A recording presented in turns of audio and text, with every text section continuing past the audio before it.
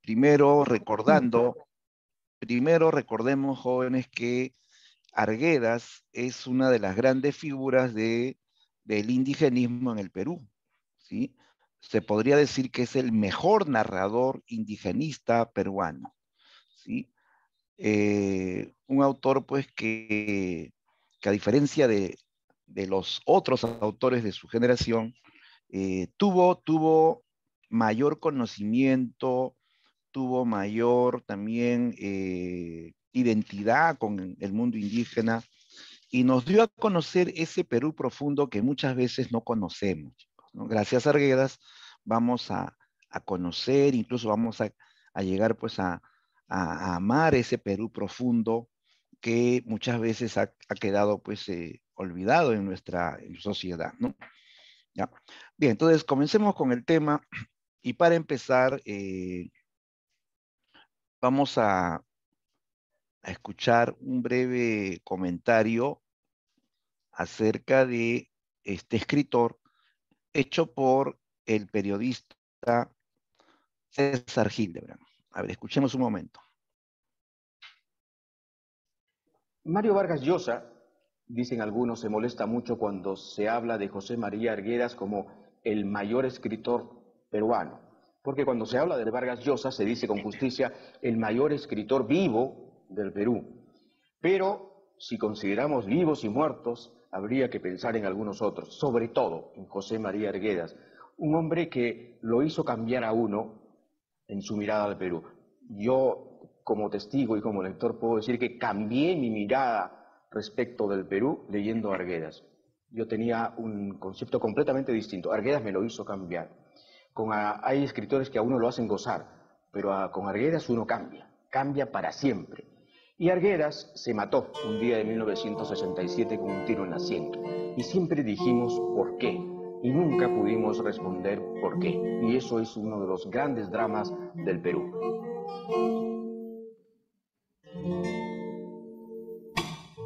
Carnaval del pueblo de Tambobamba, de la provincia de Apurímac. Es la voz de Arguedas, ¿eh? Tambobambino matatas, yawarmayu apam.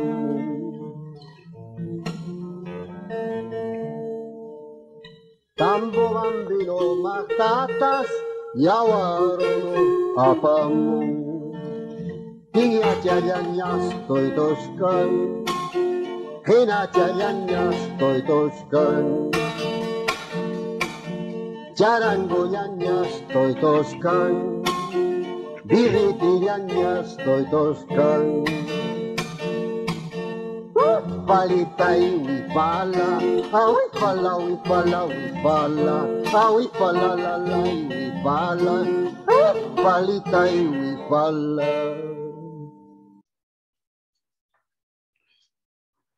Bien, ahí hemos escuchado, chicos, un comentario de César Hildebrand, ¿no? Un comentario bastante acertado, ¿no?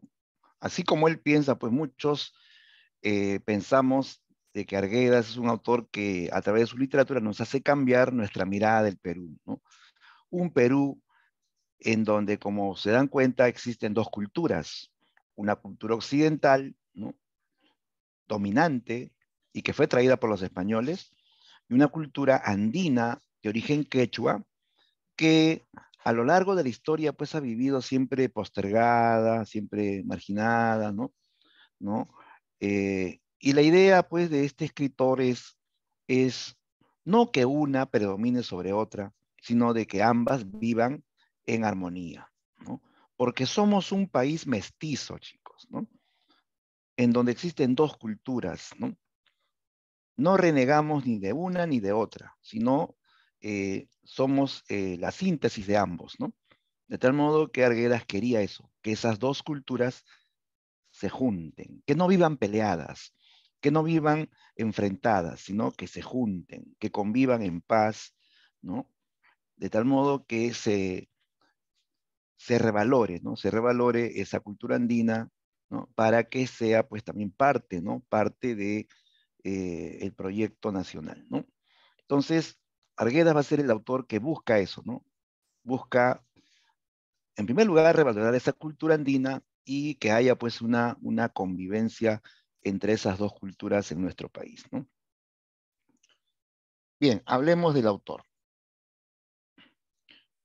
José María Arguedas, el Taita, ¿no? Así le llaman, el Taita, el señor José María Arguedas, ¿no? Arguedas nació en Andahuaylas, ¿sí? Uno de los pueblos más pobres y olvidados del Perú, Andahuaylas. ¿Dónde queda Andahuaylas, chicos? Nos ubicamos en el mapa. Andahuaylas, pues, es un pueblo que queda en la Sierra Sur del Perú, ¿ah? En el departamento de Apurímac, ¿sí? Apurímac, exacto. No, Cusco está por ahí, está cerca, pero es Apurímac, ¿ya? En Apurímac, en la Sierra Sur del Perú. Por eso que Arguedas en sus novelas va a retratar eh, toda la problemática de la Sierra Sur del Perú, ¿ya? Sus obras se ambientan mayormente pues, en Abancay, en el Cusco también, en Ayacucho, ¿no? ¿No? La Sierra Sur del Perú, ¿no? Arguedas dice que él fue hechura de su madrastra. Sí. ¿Por qué? Porque Arguedas, pues, sufrió una serie de episodios muy frustrantes al lado de su madrastra. Él quedó huérfano. Su padre era un abogado criollo que viajaba, ¿no? Que trabajaba en diferentes lugares, siempre viajando, ¿no? Y él se había quedado huérfano. A los 2 años y medio, Arguedas se quedó huérfano, ¿no? ¿Ya? En ese tiempo lo cuidan sus abuelos, pero poco después su padre se vuelve a casar. Se casa con una hacendada llamada Grimanesa de Arangoitia, que era dueña de una hacienda enorme. Su hacienda era del tamaño de un pueblo, chicos. Tenía servidumbre a la cual siempre pues menospreciaba. Y entonces esta madrastra va a criar al niño José María. En ausencia del padre, que siempre está errante, está viajando, este niño sufre muchos maltratos. Este niño va a ser tratado como un sirviente en la hacienda. ¿Ya? Nunca le permitieron comer en la mesa junto con los demás. La señora tenía sus hijos propios y al niño José María nunca le permitió comer en la mesa. Lo mandaba a comer con los indios, a dormir con los indios. A este niño le castigaban, le daban de chicotazos, ¿no? Y él iba a buscar consuelo en las mujeres indígenas. Las mujeres indígenas lo cuidaban, lo protegían. Ellas decían, pobre niño, ¿por qué a este niño blanquito lo tratan como si fuese un indio? ¿No? Dice que ellas lo querían mucho, Arguedas. Él encontraba ternura en las mujeres indígenas. Arguedas va a convivir con indígenas. De ellos aprendió el quechua, de ellos aprendió sus canciones, de ellos aprendió su modo de ser, ¿no? También fue testigo de sus sufrimientos, ¿no? Arguedas va a aprender mucho en esta convivencia con indígenas, sus mitos, sus creencias, todo eso él lo aprende, ¿no? Entonces Arguedas se siente parte de ellos, ¿no? A pesar que no es indígena, él se sentía parte de ese mundo indígena, ¿no? Ahora tú dirás, profe, ¿y qué pasaba con su padre? ¿Por qué no decía nada? Cuando su padre venía a la hacienda, que era una vez al mes o una vez cada 2 meses, ¿no? A veces se aparecía después de un año, ¿no? Solamente ahí al niño lo vestían bien, lo bañaban, lo ponían en una habitación, ¿no? Y cuando el padre se iba, otra vez lo mandaban a vivir con los indios, otra vez sin zapatos, otra vez sucio, lleno de piojos, ¿no? A dormir encima de pieles de animales, ¿no? Entonces Arguedas va a padecer durante mucho tiempo los maltratos tanto de su madrastra como de su hermanastro. Su hermanastro era otro tirano con él, que sin ningún motivo siempre le pegaba, ¿no? El niño estaba comiendo en la cocina con los indios, entraba el hermanastro y le vaciaba la sopa en la cabeza, diciéndole, tú no vales nada, tú vales menos que un plato de sopa, y lo empujaba al piso. Además, este hermanastro eh, era pues violador de mujeres en la hacienda. Y el niño, Arguedas, fue testigo de varias ocasiones en que este hermanastro abusó de muchachas indígenas en la hacienda. Todo eso queda grabado pues en la mente de este niño, ¿no? Y que luego aparecen esas escenas en sus relatos, ¿no? Posteriormente, su padre, ya cuando él es un adolescente, lo trae a la costa, ¿ya? Viene a estudiar en el colegio San Luis Gonzaga de Ica, estudia la secundaria. En la costa, Arguedas comprueba que los costeños discriminan a los andinos llamándoles serranos, llamándole indios, ¿no? Arguedas, pues obviamente, a pesar que no era indio, venía, pues imagínate, con sus chapitas en la cara, con su modo de hablar andino, ¿no? Con sus motes, ¿no?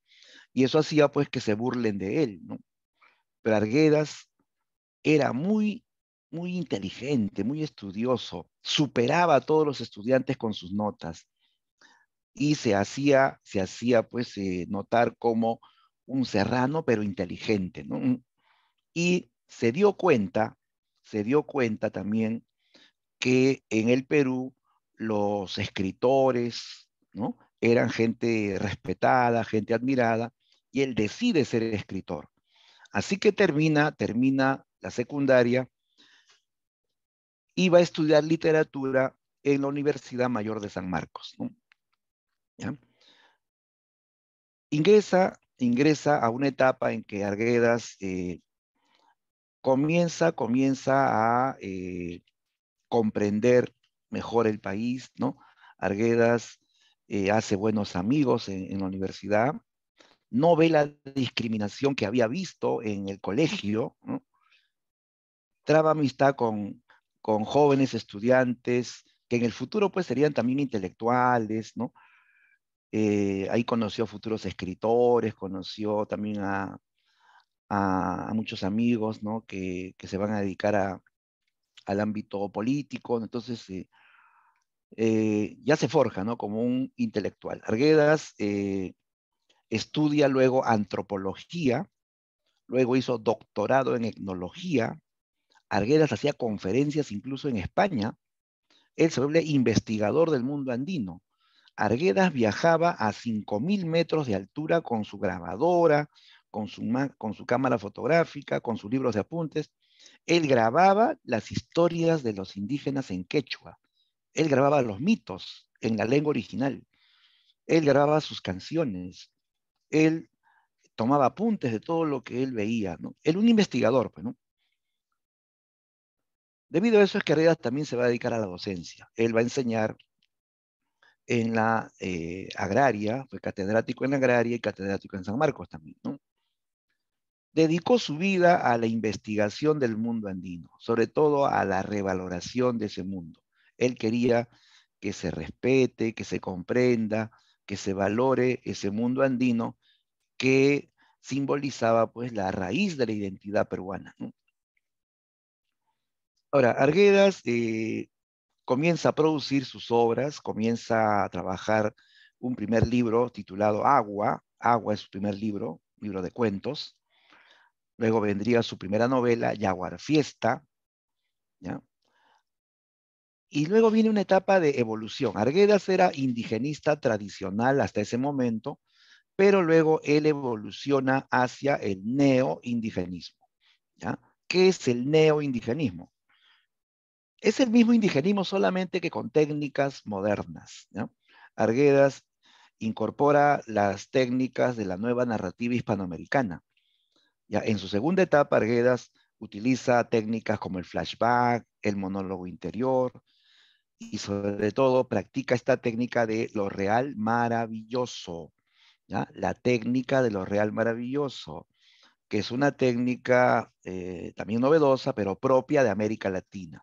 Eso lo planteó el escritor Alejo Carpentier, fue el creador de esa técnica, y esa técnica pues la van a manejar muchos autores latinoamericanos, entre ellos Arguedas, ¿no? Lo real maravilloso, o sea, la idea de presentar eh, esta visión mítica del hombre andino como parte de la realidad, ¿sí? En el mundo andino hay muchos mitos, muchas creencias. que para nosotros pueden ser fantasiosas, pero para ellos es real.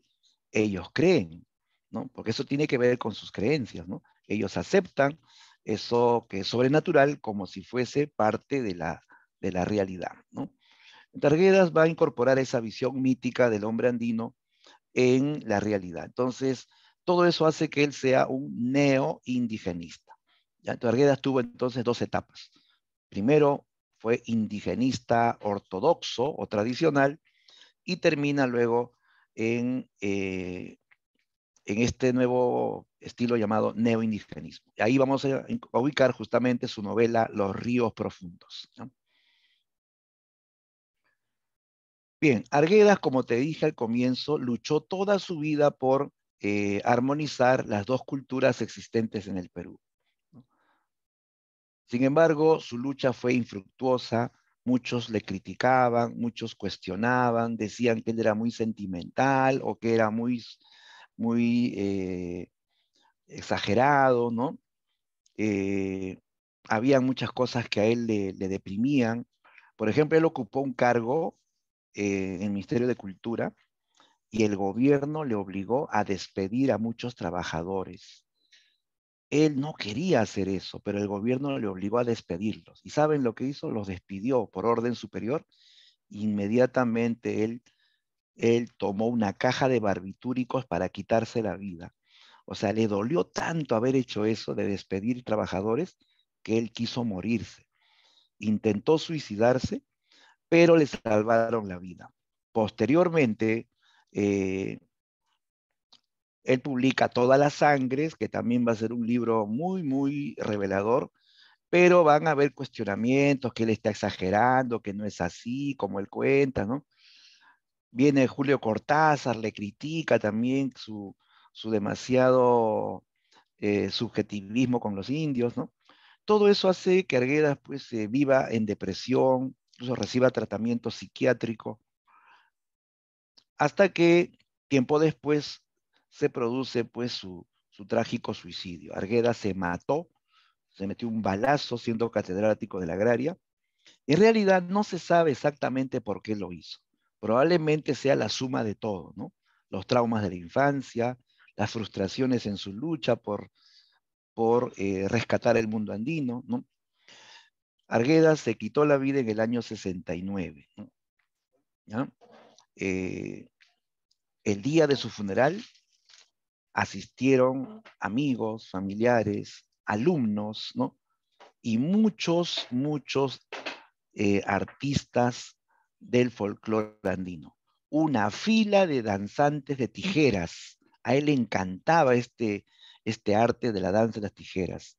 Incluso tiene un cuento que habla de un danzante de tijeras que se llama La agonía de Rasuñiti, ¿ya? De tal modo que fue todo un homenaje pues, al maestro que vivió dedicado a rescatar la cultura andina, ¿no? Bien, aquí tenemos algunos libros importantes de Arguedas. Su primer libro se titula Agua. Ya, esta es una colección de cuentos. Dentro vas a encontrar un cuento muy conocido titulado Huarmacuyay. Huarmacuyay, ¿ya? Con título en quechua, ¿no? Huarmacuyay, que se traduce como amor de niño. Amor de niño.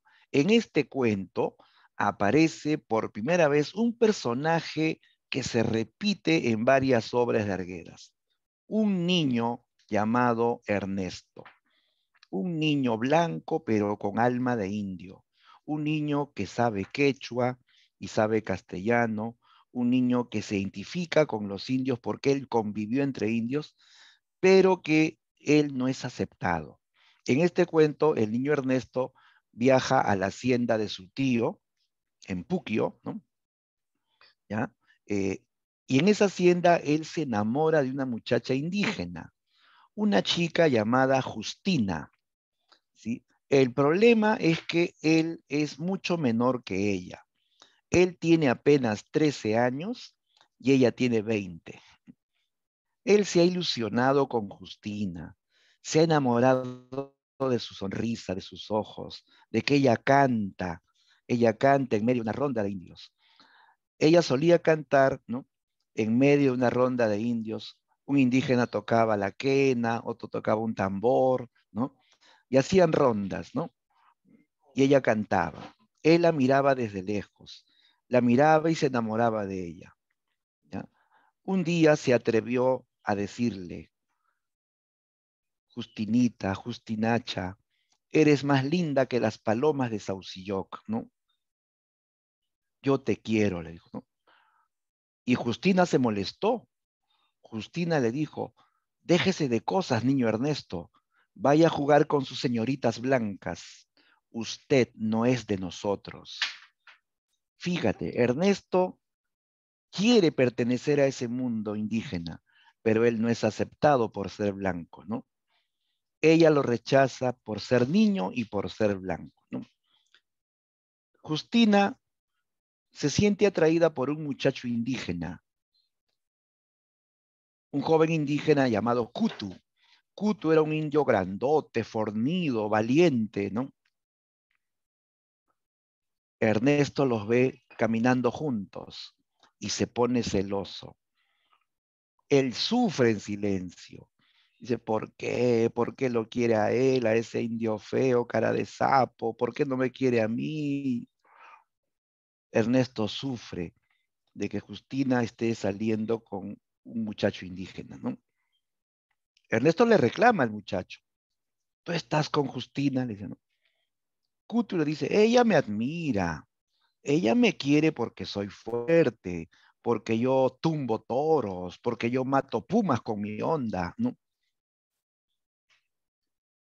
Pero creo que también lo quiere a usted. Lo que pasa es que usted es muy niño, ¿no? Tiene que crecer un poco.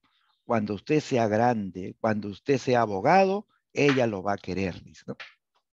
Y así Ernesto se llena de esperanza, se hace amigo del indio Kutu, pero al final ninguno de los dos se queda con ella, porque esta chica va a ser ultrajada por el hacendado, por el tío de Ernesto. El tío, llamado Don Froilán, termina abusando de esta muchacha a orillas de un río, ¿no? Y de esto fue testigo el indio Kutu. Kutu vio la violación y no se atrevió a defenderla por miedo a su patrón. Kutu le cuenta a Ernesto, así lleno de rabia, de impotencia, le dice que Justina ha sido violada por el patrón. Ernesto no lo quiere aceptar. Kutu dice: yo lo vi, él abusó de ella en el río, dijo, ¿no? Y Ernesto luego le reclama: ¿y tú por qué no la defendiste? ¿Por qué no hiciste nada? Y Kutu solamente responde: es que el endio no puede tocar al patrón, le dice, ¿no? Así le habla, ¿no? El endio no puede tocar al patrón, ¿no? Y Ernesto se molesta con él.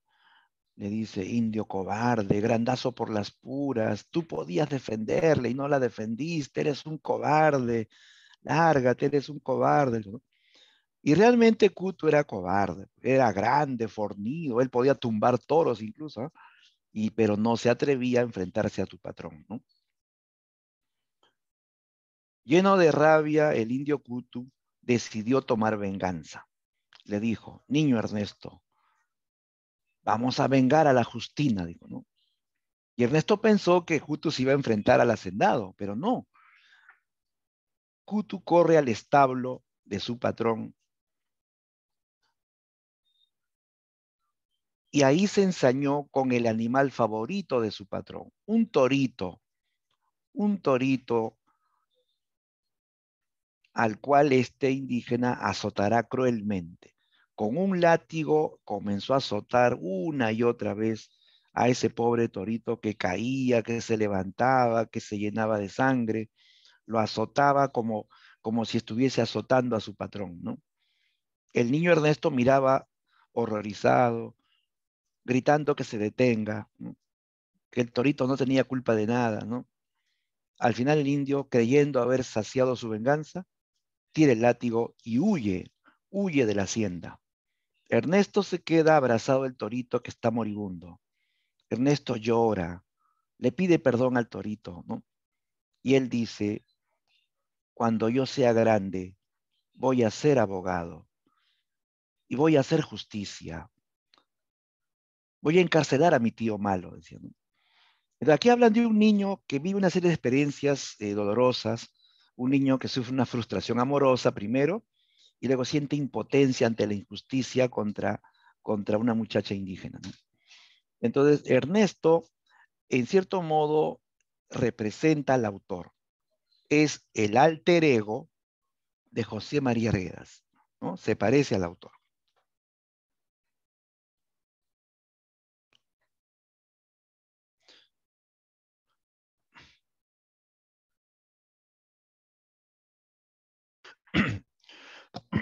¿Listo? Entonces, ese es el argumento de Warmacuya, ¿no? Luego viene este otro cuento, te recomiendo que leas este cuento, se llama La agonía de Razuñiti. Habla de un danzante de tijeras que presiente su propia muerte, ya su propia muerte.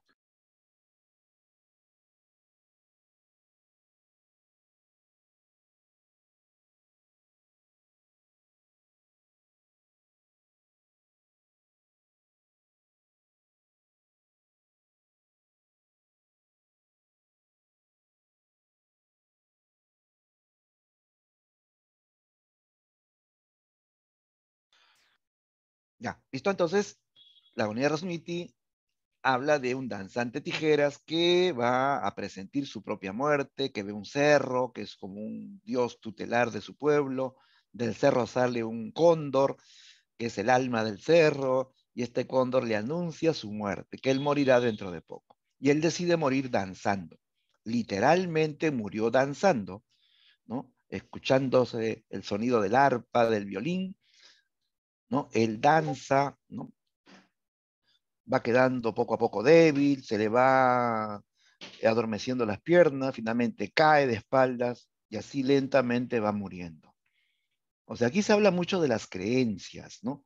Las creencias del hombre andino, eh, esa visión mítica, pues, de que los cerros son como dioses, de que el cerro tiene un alma, ¿no? De que hay seres sobrenaturales, ¿no? Que pueden anunciar su muerte, ¿no? Entonces ya pertenece a la onda del neo-indigenismo. En cambio, Warmacuya es un cuento indigenista tradicional. En la agonía, al incorporarse la visión mítica, ya corresponde al neoindigenismo.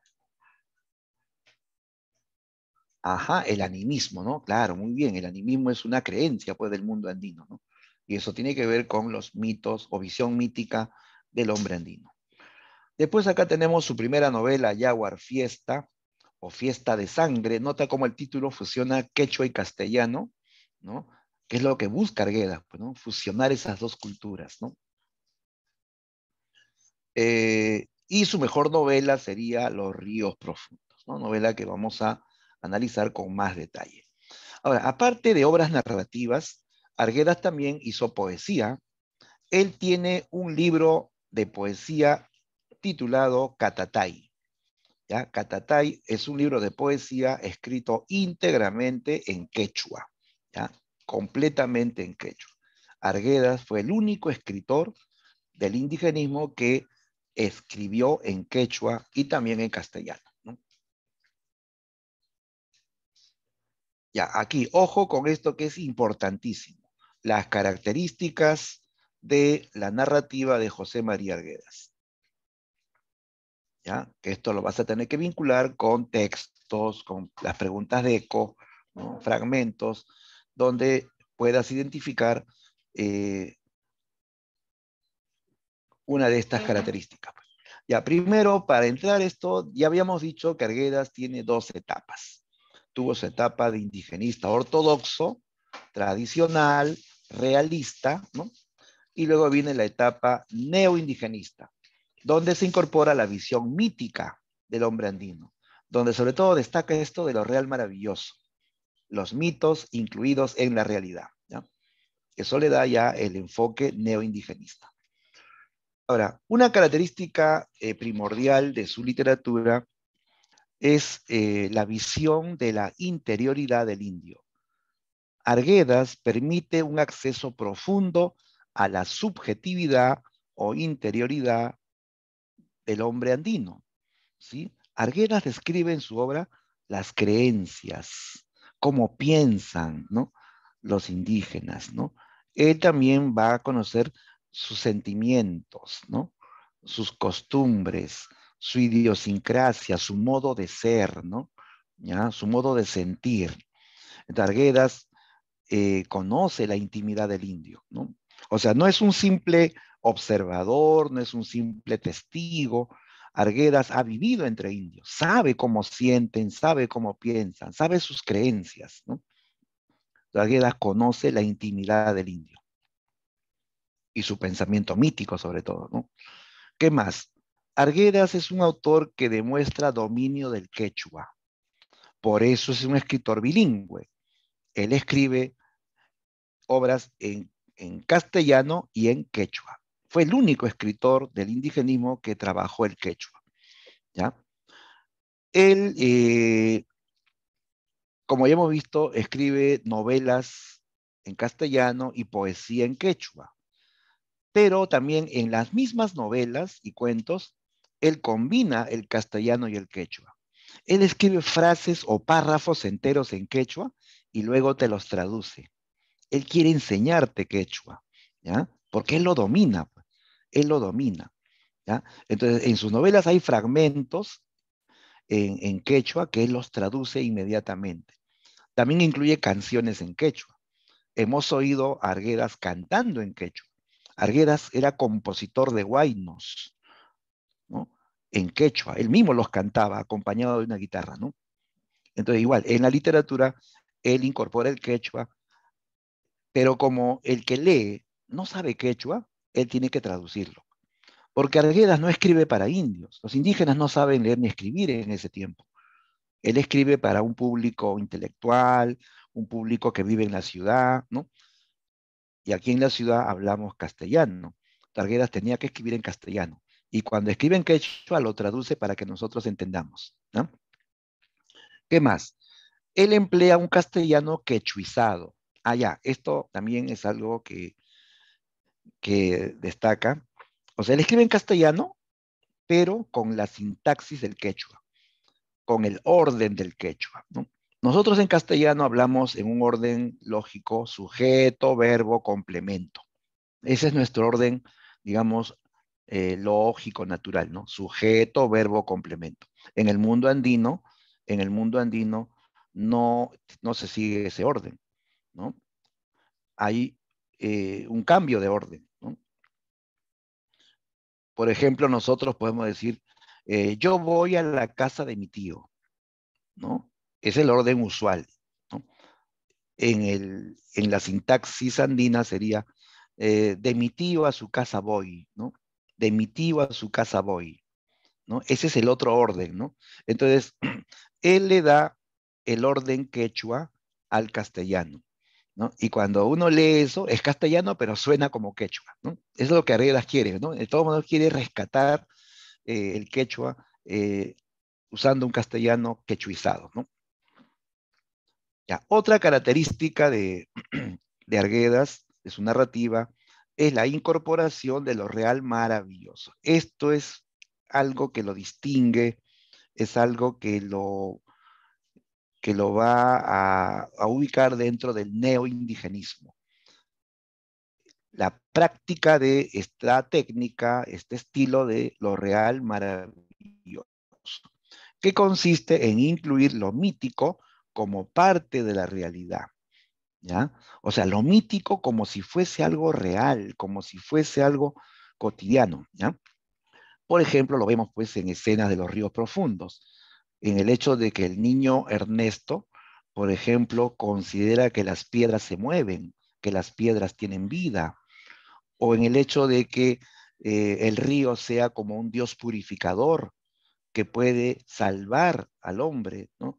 De las enfermedades o de las pestes, ¿no?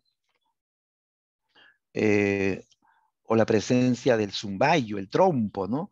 Que según Ernesto puede juntar, puede traer paz, ¿no? ¿No? Entonces, hay una mirada mítica del hombre andino eh, que para otros puede resultar pues fantasioso, pero para ellos es real, ¿no? Es real, ¿sí? ¿Qué más? Otra característica de su narrativa es el uso de un lenguaje lírico. Sí, ojo, no estoy diciendo que él escriba obras líricas, ¿no? Cuando él escribe novelas o cuentos, usa un lenguaje lírico. Quiere decir un lenguaje poético, un lenguaje subjetivo, sentimental, ¿no? El narrador eh, se identifica mucho con hombres y mujeres indígenas, ¿no? Hay una especie de vínculo muy íntimo entre el narrador y el personaje indígena, ¿no? De tal modo que él muestra sus sentimientos, muestra su manera de ver el mundo, ¿no? Y para eso emplea un lenguaje muy emotivo y muy poético, ¿eh? Muy poético, ¿no? Ya. Entonces, todo eso hace que Arguedas sea un gran conocedor del mundo andino. Arguedas supera a Ciro Alegría, supera a Enrique López Albújar, a Manuel Escorza, porque él sabe más. Él domina el quechua, él ha vivido entre indios, él fue un investigador, él fue un estudioso de la cultura andina, un luchador, ¿no? Eh, por la unidad, ¿no? De esas dos culturas existentes en el Perú. Ya, ese es Arguedas, todo un maestro, escritor, antropólogo, profesor universitario, que nos acercó a ese mundo mágico y profundo del hombre andino. Bien, vamos ahora sí a analizar, chicos, su obra más importante, Los ríos profundos. Ya, Los ríos profundos. ¿Por qué los ríos profundos? ¿A qué se refiere con estos ríos profundos? Dice Arguedas que todos tenemos nuestros ríos profundos. Nuestros ríos profundos, chicos, se refiere a nuestras raíces, que según Arguedas son esencialmente andinas, ¿no? Claro, el Perú, hablando en general, es un país andino, ¿sí? ¿No? Que luego ha entrado en un proceso de mestizaje. Claro, ha habido mestizaje, producto pues ya de la llegada de otras culturas, la cultura española, la cultura negra, en fin, ¿no? La cultura china también, ¿no? Ya ha habido ya posteriormente un mestizaje muy, pues, intenso, pero la raíz es el mundo andino, la cultura andina, ¿no? Bien, la novela se publicó en la década del 50, año 1958, ¿ya? Y para esta etapa ya Arguedas ha evolucionado, ya no es un indigenista tradicional, ¿ya? Ahora él ingresa a su etapa neoindigenista, ¿ya? Los ríos profundos es una novela neoindigenista, porque usa ya recursos de la novela moderna, sobre todo esto de lo real maravilloso, ¿ya? En cambio, el indigenismo tradicional es realista, es puramente realista y tiene una estructura tradicional de narración. Aquí vemos técnicas de la novela moderna, ¿ya? El tema central de los ríos profundos es la identificación con el mundo andino, ¿ya? La identificación con el mundo andino. Aquí se narra la historia de un niño que busca su identidad, un niño que vive entre dos mundos, ¿no? Entre el mundo occidental, traído por los españoles, y el mundo andino, que es de origen quechua, ¿ya? Él está buscando su identidad, y en esta búsqueda, él se va a identificar con el mundo andino, ¿ya? Los personajes que intervienen son el protagonista o personaje principal, es el niño Ernesto, ¿ya? Nuevamente aparece Ernesto, el mismo que aparece en Guarmacuyay, reaparece en Los ríos profundos. Este niño blanco con alma de indio que habla quechua y tiene muchos mitos en su cabeza, será protagonista de Los ríos profundos. Él es también el narrador de esta historia. O sea, es un narrador personaje, un narrador que cumple un rol protagónico. A él le acompañan personajes secundarios e incidentales, ¿no? Luego vamos a detallar eso aparte. Otros personajes son Antero, que será su amigo, ¿no? Eh, y es apodado Marcasca porque su cara tiene muchos lunares. Él es el que lleva el zumbayu al colegio, el trompo, ¿no? Que va a ser considerado un objeto mágico por Ernesto, ¿no? ¿Ya? También interviene el padre Linares, que es cura, un cura español y director del colegio internado de Abancay, ya que es un colegio religioso, ¿no? Otro personaje relevante va a ser Doña Felipa. Doña Felipa, una mujer muy valerosa, una mujer que va a liderar una rebelión indígena contra hacendados que monopolizaban, que escondían la sal que era para el pueblo, ¿no? Esta mujer se convierte en un símbolo maternal para Ernesto. O sea, Ernesto, que es huérfano, ve en esta mujer el recuerdo de su madre, ¿no? Por eso la sigue, la admira, ¿no? Otro personaje que interviene es la Opa Marcelina. Opa es un término que se usa para referirse a una persona que es retrasada, que es tonta, ¿no? ¿No? ¿Ya? Opa Marcelina, ¿ya? En esta obra, eh, ella es llamada también la demente, la loca, es víctima de abusos sexuales en el colegio internado de Abancay, ¿no? Bien, vamos a hacer, chicos, una síntesis de la obra para ir ya a algunos detalles sobre los personajes según su relevancia, complejidad y también sus posibles cambios en la historia, ¿no? A ver, la novela se ambienta en dos espacios. Al comienzo te habla de Cusco, luego te habla de Abancay, ¿ya? El narrador es el niño Ernesto. Ernesto cuenta su historia, ¿sí? Ernesto narra primero su llegada al Cusco. Él viaja con su padre. Su padre es un abogado llamado Gabriel, ¿ya? Un abogado criollo que busca trabajo en diferentes pueblos de la sierra peruana. Ambos llegan al Cusco. El papá de Ernesto es cusqueño, ¿ya? Es cusqueño.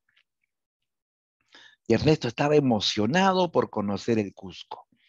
Su padre le muestra la ciudad del Cusco y Ernesto se queda impresionado sobre todo al ver eh, los, los restos arquitectónicos de la cultura incaica, esos muros de piedras, ¿no?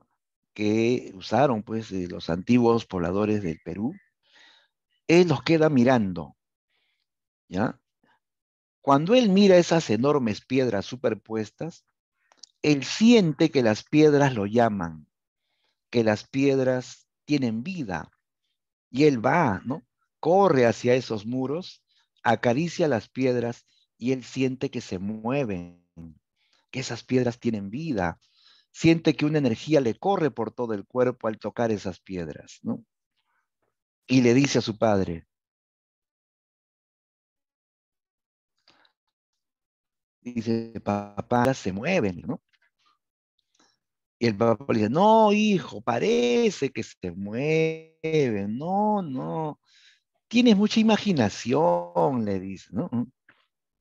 Claro, lo que pasa es que este niño ha aprendido de su convivencia con los indios de que todo tiene vida, que las piedras, los cerros, los ríos, la tierra entera tienen vida. Él tiene esa creencia. En cambio, su padre no, pues su padre no tiene esa cultura de los indígenas, ¿no? Bien, luego Ernesto y su padre van a visitar la hacienda de un pariente, de un tío de su padre, ¿ya? Que sería tío abuelo de Ernesto, ¿no? Un hacendado a quien llamaban el Viejo. Era un hombre rico, tenía una enorme hacienda, tenía un montón de sirvientes indígenas. Era rico pero cruel con los indígenas, tacaño y cruel con los indígenas. Esos indígenas literalmente eran esclavos en una hacienda, ¿no? Que sufrían maltratos, que tenían que inclinarse ante su patrón, que no podían mirarle de frente a la cara, ¿no? Que andaban todos así, todos sucios, sin zapatos, tristes, que trabajaban callados en la hacienda, ¿no? Su padre le pide posada a este señor, ¿no? Debido a que este señor tiene una deuda también con él. Entonces él lo recibe y les da un espacio para que duerman. Pero no le da pues una habitación decente, con cama, no, no. Los manda a dormir a una cocina de indios donde no había cama, donde solamente le tira unos cuantos pellejos de carnero para que se echen encima. Lógicamente el papá de Ernesto se siente indignado, porque este hombre es rico, es su familiar incluso, ¿ah? Es su tío, y mira cómo lo trata, ¿no? Y es más, él le debe dinero, ¿no? Y no se acuerda, ¿no? Se hace loco. Dice, yo no le voy a cobrar a ese miserable, dijo, ¿no? Su dinero es maldito, dijo, ¿no? Mañana mismo nos iremos, le dice el papá a su hijo, ¿no? Pero ese día Ernesto visita la hacienda, recorre la hacienda y ve a muchos indígenas que trabajaban así todos tristes, todos callados, ¿no? Ernesto les habla en quechua, porque él domina. Algunos lo miran y no le responden, otros sí, ¿no? Ernesto pregunta, ¿cómo te llamas? ¿De dónde eres? En quechua, ¿no? Y cuando él pregunta de dónde eres, uno de ellos responde, yo soy de la hacienda, ¿no? Yo soy de la hacienda. O sea, no le dice yo soy de tal lugar, de Cusco, de Ayacucho, de Abancay, no, le dice soy de la hacienda. O sea, como si fuese un objeto, una pertenencia de la hacienda, ¿no? Ernesto comprueba que el indígena vive explotado y humillado en la hacienda, ¿no? Y, y va a odiar a ese señor, a ese tío de su padre, porque él representa el abuso, la tiranía contra el indio, ¿no? Bien, luego de haber estado un tiempo, ¿no? Ese día nomás, porque al día siguiente se van, Ernesto parte con su padre y continúan viajando a caballo. Recorren muchos pueblitos, ven esa naturaleza impresionante del mundo andino, esos cerros verdes, esos hermosos valles, esos pequeños pueblitos de unas cuantas casas, ¿no? ¿No? Ernesto se maravilla de la naturaleza andina, él ama esta naturaleza, él interactúa con los pájaros, con el río, ¿no? Con la tierra, ¿no? Él se siente parte de ese mundo, ¿no? El destino final es Apurímac. Llegan con su padre a la ciudad de Abancay en Apurímac. Ahí su padre alquila eh, una oficina para trabajar como abogado. Pero pasan los días y no hay clientes, ¿no? La cosa está dura. Viene un amigo del papá de Ernesto, al que le llaman el chalhuanquino. El chalhuanquino le dice que hay trabajo para él, pero más al sur. Ernesto ya estaba muy cansado de viajar tanto tiempo en tantos lugares como si fuesen pues gitanos o errantes, ¿no? El padre dijo, ya no te voy a seguir llevando de tumbo en tumbo, hijo. Te vas a quedar en Abancay, vas a estudiar. Yo voy a buscar trabajo al sur, dijo, ¿no? Y tú te vas a quedar estudiando. Yo volveré cuando termine el año escolar. Y así su padre lo va a internar en un colegio religioso de Abancay, ¿ya? Dirigido por el padre Linares, ¿no? ¿Ya? El colegio internado de Abancay mayormente albergaba alumnos que eran hijos de hacendados, ¿no? Aunque también habían hijos de campesinos pobres, ¿no? Cuyos padres pues hacían muchos esfuerzos, vendían sus chacras, sus animales para que ellos puedan estudiar en este colegio religioso, ¿no? Ernesto entonces entra al colegio internado. Ahí va a conocer al padre Linares, un cura español que, eh, aparte de ser director del colegio, era cura de Abancay, y hacía misas para los indígenas, hacía misas en quechua, ¿ya? Ernesto asiste a la misa, ¿ya? Junto con su padre, y él va a escuchar que al final de la misa, el padre Linares le dice a los indígenas, y no se olviden de respetar y obedecer en todo a sus patrones.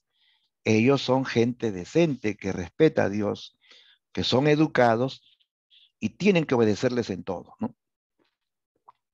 Y entonces un indígena habla al cura y le dice, padrecito, mi patrón me pega, me patea, me da de chicotazos, él es malo conmigo. Dice, ¿no? Y el padre le llama la atención. Dice, ¿por qué te quejas? No debes quejarte. Tu patrón te da de comer, te da donde dormir. No debes quejarte. ¿Acaso la Virgen María se quejó cuando estaban crucificando a su hijo? ¿Y tú te quejas por esto nada más? Vergüenza debes sentir. Arrodíllate y ponte a rezar. Sí, padrecito, dijo el indio, ¿no? Ernesto se queda pensando, ¿no? ¿Por qué el padre Linares defiende tanto a los hacendados? ¿Por qué dice que son buena gente? Ernesto, Ernesto había visto lo contrario, pues, ¿no? Él, él como que descubre que hay una especie de alianza entre el padre Linares y los hacendados de la región, ¿no? Que él los defiende, que él está de su lado, ¿no? Eh, Tal vez porque los hijos de estos hacendados estudian en ese colegio donde él es director, porque estos hacendados aportan económicamente, ¿no? ¿No? Para este colegio, ¿no? Bien, Ernesto entra al colegio internado en donde ve un mundo bastante agresivo, ¿ya? En donde la educación es rígida, donde hay severos castigos, ¿no? Para los que eh, no se ciñen a las reglas o a los que no estudian bien, ¿no? Eh, es más, el director organiza juegos eh, que a Ernesto no le gustan, juegan a la guerra con Chile.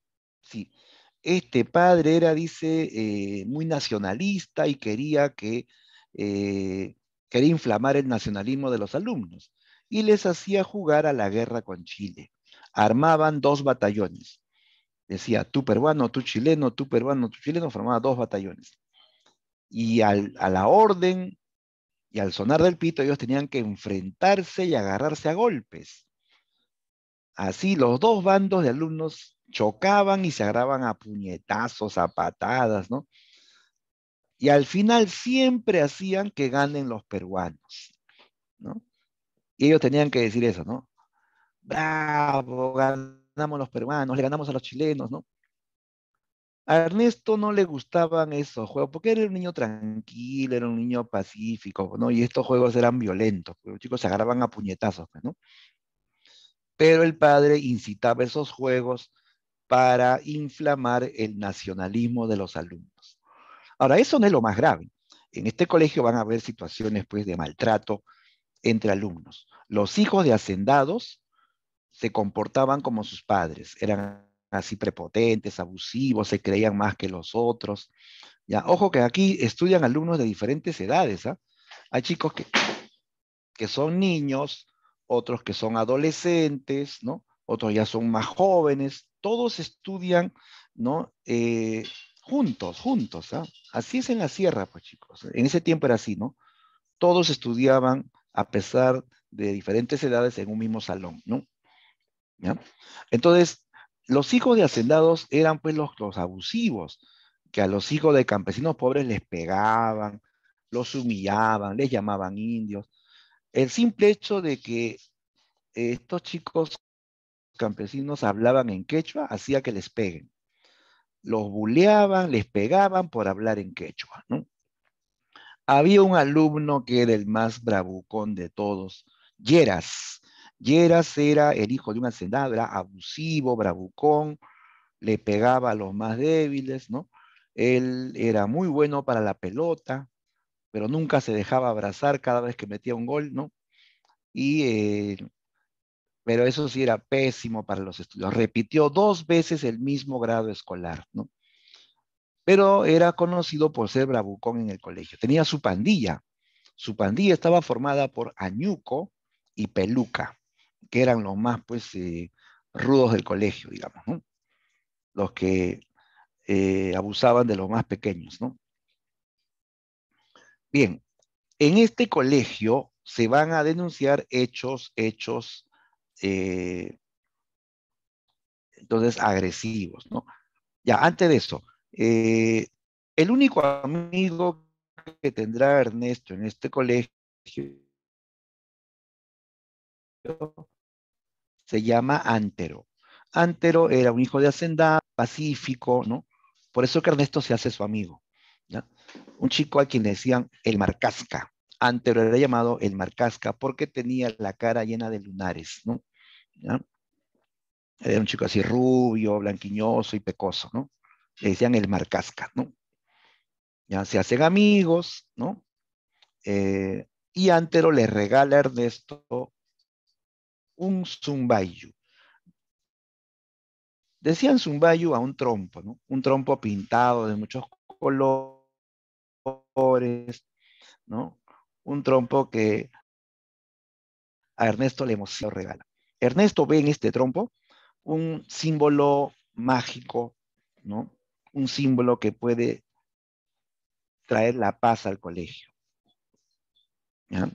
Cuando los alumnos se peleaban, él bailaba el trompo. Él dice, este trompo tiene vida, este trompo habla, este trompo canta y baila, ¿no? Cuando él baila el trompo, todos los que están peleando se quedan mirando el trompo que baila. Y todos sonríen, se les pasa la furia, se les pasa el enojo, las ganas de pelear y todo vuelve a la tranquilidad. Este trompo hacía que todos se unan, que este trompo hacía que todo vuelva a la paz, ¿no? Según Ernesto, este es el rol del Zumbayu, ¿no? ¿No? Restablecer la paz en el mundo, ¿no?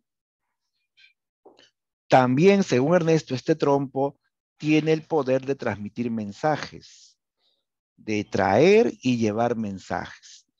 Él habla al trompo y luego le sopla y le dice que le pide que lleve el mensaje, ¿no? ¿No?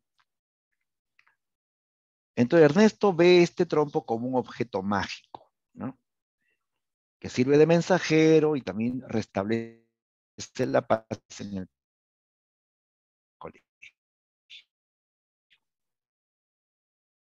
Ahora, colegios se van a producir una serie de abusos sexuales en contra de una muchacha llamada Marcelina. Marcelina trabajaba en la cocina del colegio, era ayudante de cocina. Era una joven de unos 18 años, de piel blanca, de cabellos castaños, era bajita, gordita y con retraso mental, con retraso mental, ¿no? Por eso le decían la OPA Marcelina. A pesar que era retrasada, ¿no? Eh, se convierte en el símbolo sexual de los alumnos. Era la única mujer en todo el colegio. Y sobre todo los que ya eran adolescentes o jovencitos, no hacía más que pensar en ella, ¿no? Un día ella fue atacada por el Lleras, el más bravucón de todos, que la encontró solita en un pasillo mientras todos dormían, ¿no? Y abusó de Marcelina. Marcelina, por su problema, no ofrece resistencia. Nunca, nunca dice nada, ¿no? Ella prácticamente colabora con su agresor, ¿no? Lleras le cuenta esto a su pandilla, ¿ya? Y todos ellos pues van a disputarse a la OPA Marcelina. Iban en los recreos a la cocina y abusaban de Marcelina, ¿no? Uno de la pandilla se enamora, el peluca. El peluca se enamora de Marcelina, ¿no? y se pelea con los demás, se agarra a puñetazos con su pandilla por el amor de Marcelina, ¿no? Entonces, esto era cosa cotidiana. Constantemente esta pandilla iba a la cocina y abusaban de Marcelina. Ernesto fue testigo en una ocasión de esta escena de violación, ¿no? Y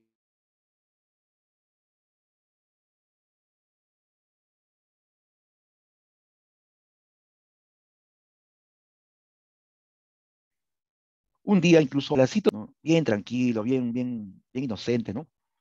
Y el malvado Lleras un día lo obligó, hoy día vas a ser un hombre de verdad, ¿no? Y le obligó a que abuse de Marcelina. Pero el niño lloraba, rogaba, lloraba, ¿no? Y en medio de esto aparece el padre Linares.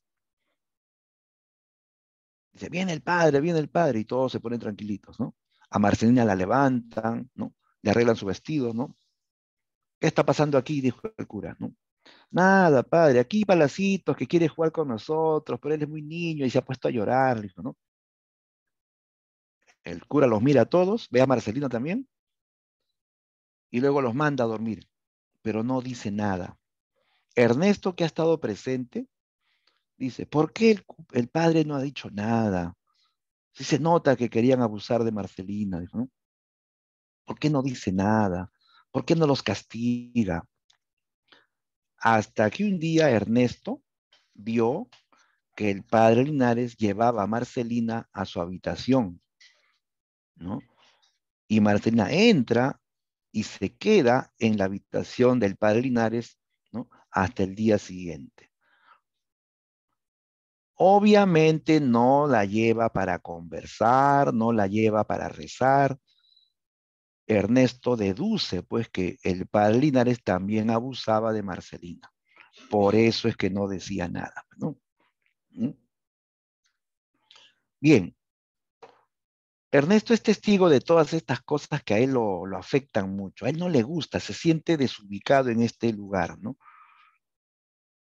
Se alegra los fines de semana, cuando los sábados sale del colegio y se va a un barrio donde, donde llegan artistas de música andina, con sus quenas, con sus charangos, ejecutan canciones, música andina, y él se queda ahí horas y horas escuchando, comiendo canchitas saladas, ¿no?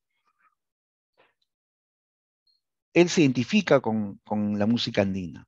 Luego se baña en el río y le pide al río que le quite la maldad, que él se está contagiando de la maldad que hay en ese colegio, que él también ya tiene pensamientos impuros.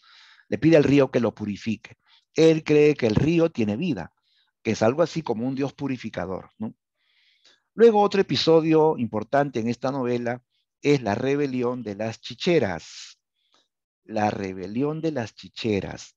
Era un grupo de mujeres indígenas que vendían chicha de jora con canchita salada, ¿ya? Resulta que los hacendados han escondido la sal para dárselas a sus vacas y le dicen a la población que no hay sal. ¿Te imaginas comer una sopa sin sal? Un segundo sin sal. No, eso no pasa, ¿sí o no? Las mujeres estaban preocupadas por la falta de sal.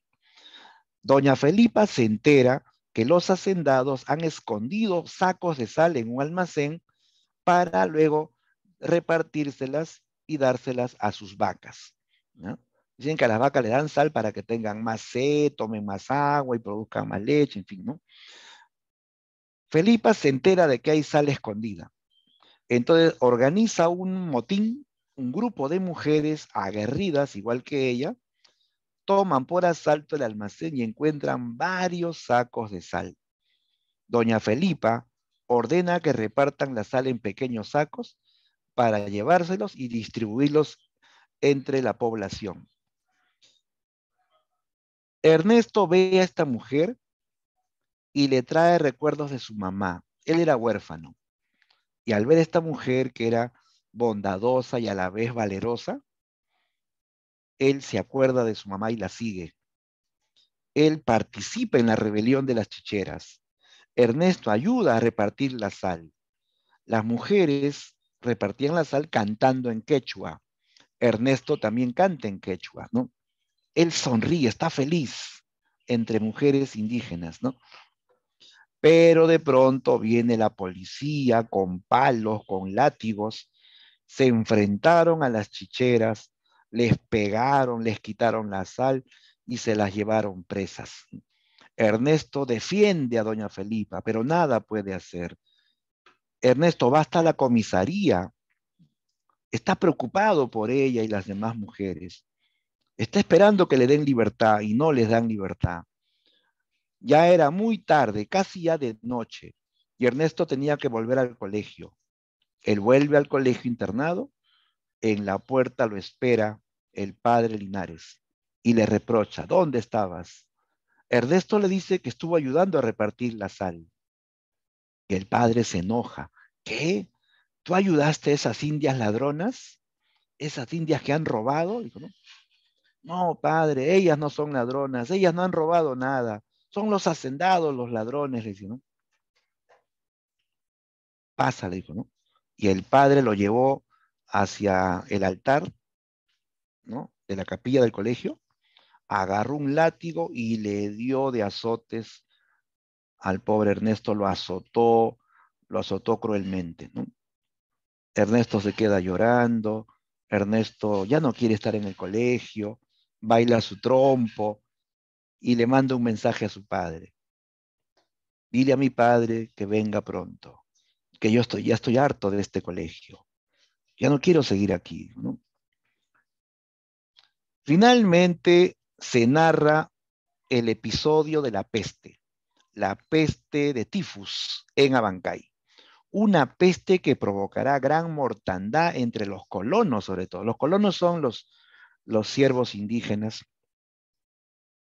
que comienzan a morir como moscas, ¿no? ¿No? No hay lugar para atenderlos a todos, ¿no? Eh, los indígenas desesperados, como son muy creyentes, le piden al padre Linares que haga más misas para acabar con la peste. El padre se rehúsa. Dice, ¿quién me pagará las misas? ¿No? Los indígenas prácticamente lo secuestraron y lo obligaron a hacer más misas. Ellos pensaban que rezando acabaría la peste, ¿no? Ernesto también le pide a los cerros, al río, que se lleven la peste a la selva, ¿no? La peste entra al colegio. La primera víctima será Marcelina, la opa Marcelina.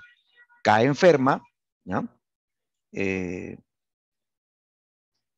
la van a aislar en un cuarto y nadie se acerca a ella por temor al contagio. Prácticamente dejaron que se muera aislada en una habitación. Ernesto sentía mucha pena por ella. Un día se atrevió a entrar a verla y la encontró agonizante, con su cuerpo lleno de tumores, con el cuerpo lleno de piojos. Esta enfermedad provocaba que el cuerpo se infeste de piojos. Dice que tenía piojos en la cara, en el cuello, en los brazos, ¿no? Y Ernesto con un trapo le sacaba los piojos de la cara, ¿no?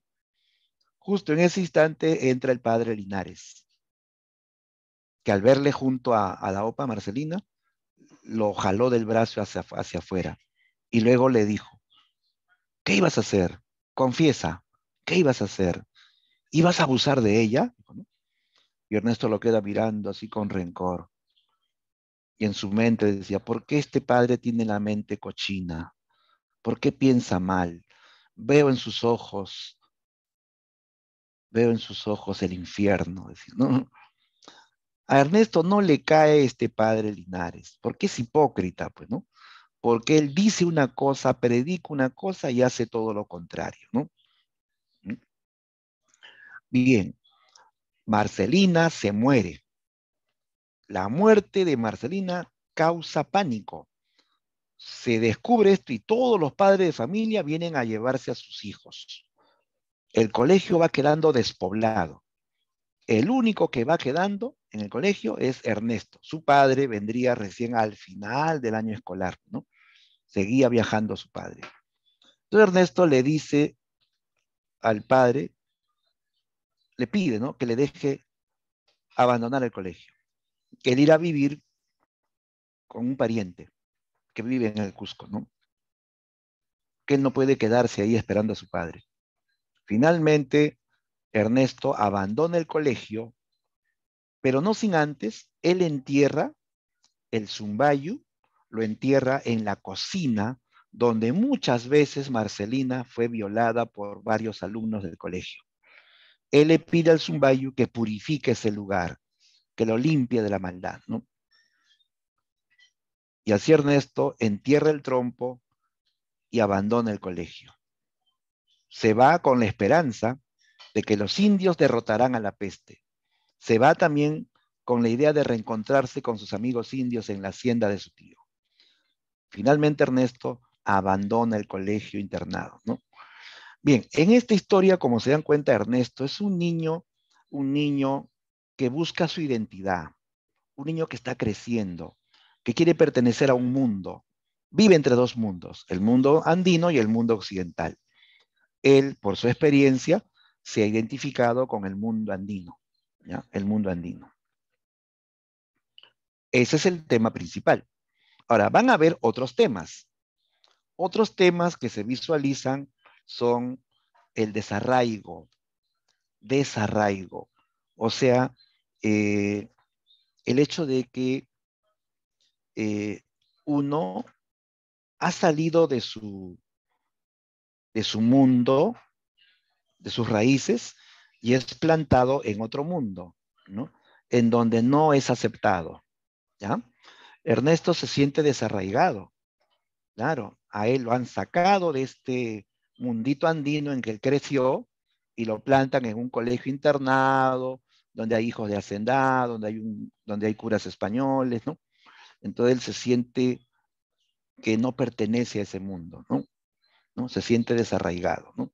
Otro tema es la violencia racial, ¿no?, y social, o sea, la discriminación, el racismo. En este colegio hay enfrentamientos porque se juntan alumnos de diferentes razas y de diferentes clases sociales, ¿no? ¿Ya? También se ve el tema de la educación agresiva, la educación represora, una educación muy impositiva, incluso con castigos severos, ¿no? Bien, serían temas complementarios. Listo. Bien, chicos, ahí tenemos finalmente un breve comentario sobre el título de Los Ríos Profundos. Dice, el título de esta obra, en quechua se dice Ucumayu, en castellano es Ríos Profundos. Este título alude a la profundidad de los ríos andinos. Claro, en la sierra los ríos no son como en la costa, que son superficiales. En la sierra los ríos tienen más profundidad, ¿cierto?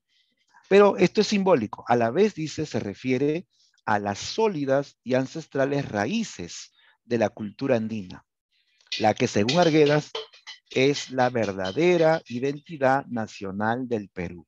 ¿Ya? Entonces estos ríos profundos son como una metáfora de las raíces ancestrales de la cultura andina, que el autor considera la verdadera identidad nacional del Perú.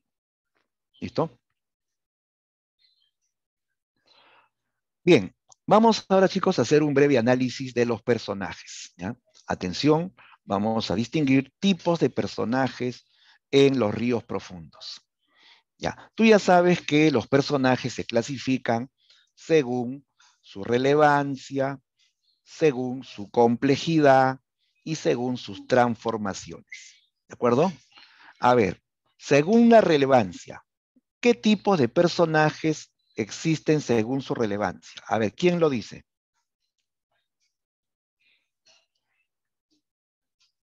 ¿Cómo se clasifica según su relevancia?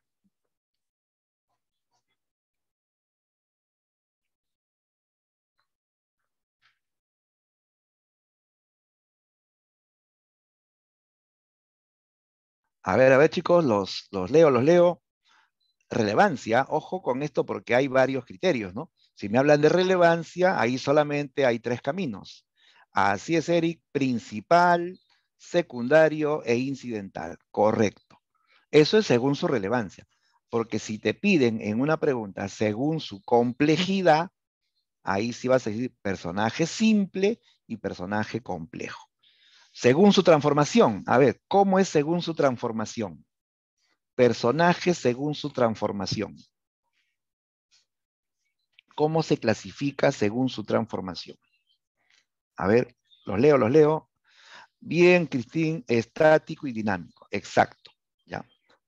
Entonces, ten en cuenta eso también porque a veces solamente con ese criterio la respuesta es inmediata, ¿no? Porque te dicen según su relevancia, ya solamente vas a pensar en principal, secundario, ya no vas a pensar en complejo, estático, ¿no? Y dependiendo de qué te preguntan, ¿no? Bien, a ver, ¿quién es el personaje principal en Los Ríos Profundos? Aquí solo hay uno, chicos, solo hay uno.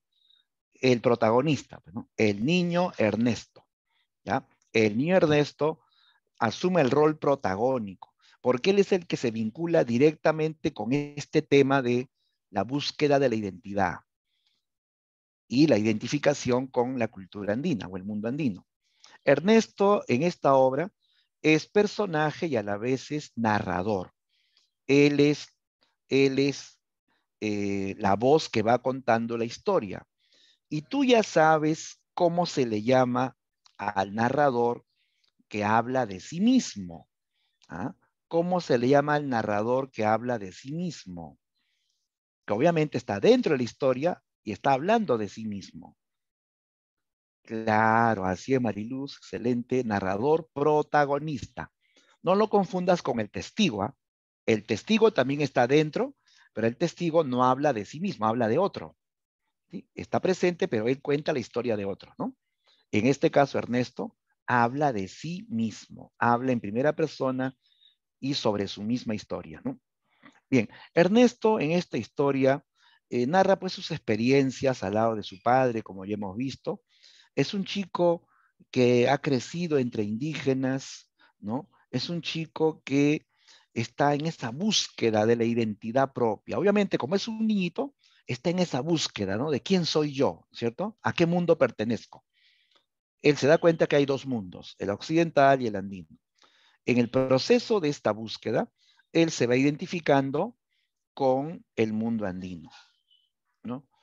Con las creencias, ¿no? Con su música, con los personajes indígenas, con las mujeres indígenas que le recuerdan a esas muchachas indígenas que lo cuidaron desde que él era un niñito, pues, ¿no? ¿Ya? Ernesto va descubriendo entonces que el Perú está dividido entre dos mundos, ¿no? ¿No? Y él pues va a tener que ubicarse en uno de esos dos mundos, ¿no?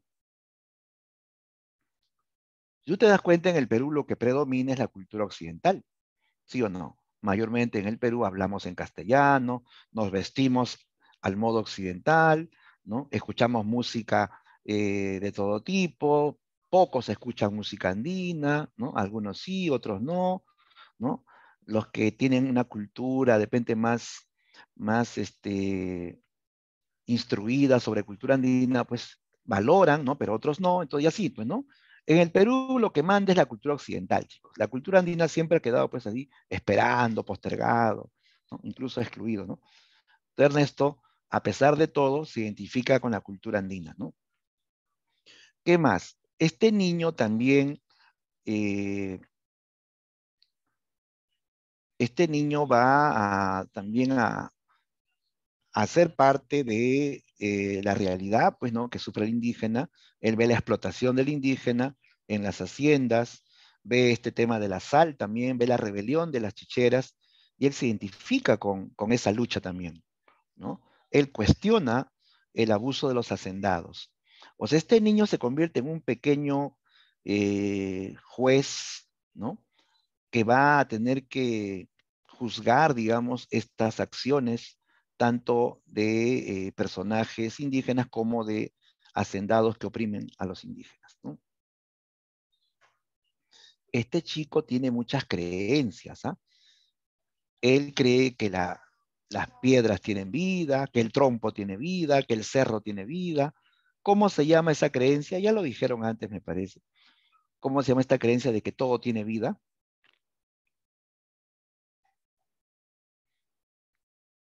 todo tiene vida. ¿Estás nervioso? Bueno, esa es la técnica, ¿no? Que incluye eso, pero me refiero exactamente a la creencia de que todo tiene vida. Ya lo había dicho Stephanie. Sí, ahí lo leo. Animismo, claro. El animismo. Ernesto tiene una mirada animista del mundo, ¿ya? ¿Sí? Él pertenece al mundo andino, porque él ha nacido en la sierra, ¿no? Claro, pero no es indígena, pero aprendió de ellos esta mirada de que todo tiene vida, el animismo, ¿ya? Bien, tenemos que citar a los personajes secundarios.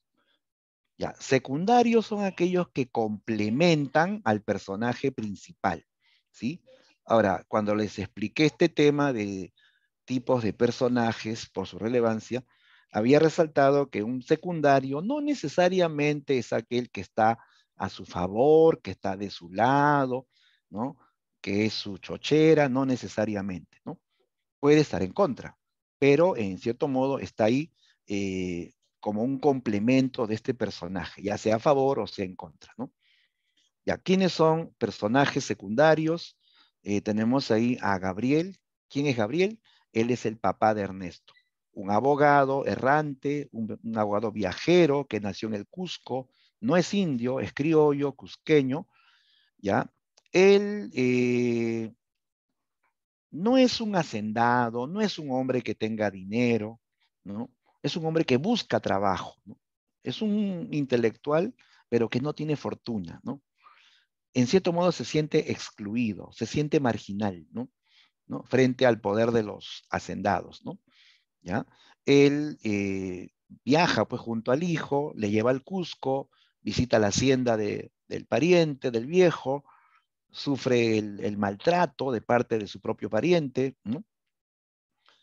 Él, mira, a pesar que es un hombre que ha nacido en la sierra, eh, él tiene una especie de sentirse también fuera de lugar, ¿no? ¿Sí? Él no termina de ser aceptado o de encajar en la sociedad en que vive. O sea, él también se siente desarraigado, ¿ya? Desarraigado, ¿no? Por acá nos comentan, ¿no? Dice, al igual que su hijo, a pesar, ¿no? A pesar de su parentesco con la clase hacendada, no termina de encajar en dicha clase social, ¿no? Y tampoco pertenece al mundo indígena. O sea, está en medio, ¿no? Entre hacendados y indígenas pobres, ¿no? Él está emparentado con hacendados, pero él no encaja en ese mundo, él no está de acuerdo con ese mundo. Y como no es indio, tampoco encaja en el mundo indígena, ¿no? Entonces él se siente desarraigado. Ernesto también siente algo parecido.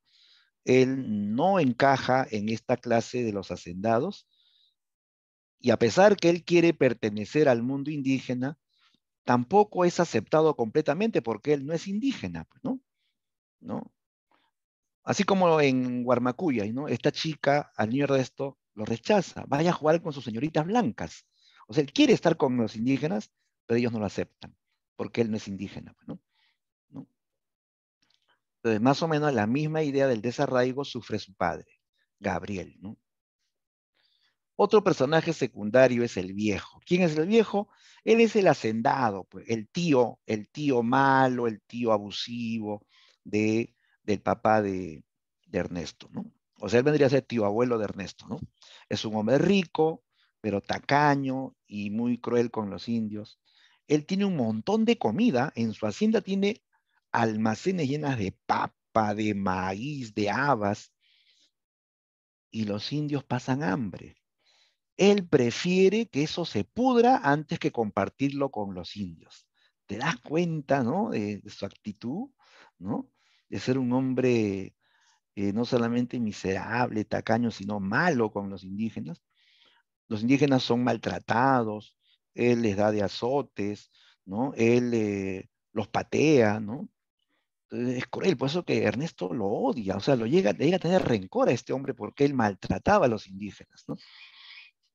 Sin embargo, él se pinta como un hombre bueno, que va a la misa, Sí, todos los domingos va a la misa.